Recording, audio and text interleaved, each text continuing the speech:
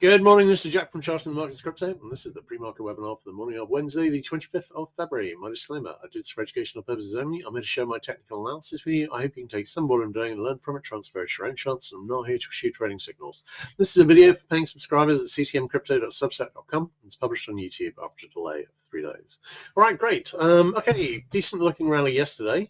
We had a possible RSI 14 buy signal brewing on the hourly in the morning, and that delivered and made target, and we've seen a little bit of a rise off the lows. This gets us pretty close to the daily middle band again. I've got that on Bitcoin at 67,896, and we closed yesterday. Well, we're now currently at 66,168, so we're not far below that. Now, one thing I was talking about the other day was the possibility that we might make a higher low and then make a higher high to get us a larger flag, and that is still a possibility. Equity is not really making any decisive action to the downside, and that would seem, I think, the more natural thing to do here. We will see whether the bears can get any traction over the rest of this week, but the best time they had was really last Thursday through Monday, and they've not actually delivered much in that time. All right, looking at Solana, again, we saw a bit of a rally. Now we are actually testing the daily middle band. In fact, if you look at the price here, it's at 83.81 with the daily middle band currently at 83.81. So we're getting a full test right now. In terms of the pattern setup here, I've got a pretty nice looking support trend line here. I am wondering whether we might see a move up to this trend line resistance currently in the 110 area. On the hourly chart, we had an RSI 14 buy signal brewing that has fixed and made target.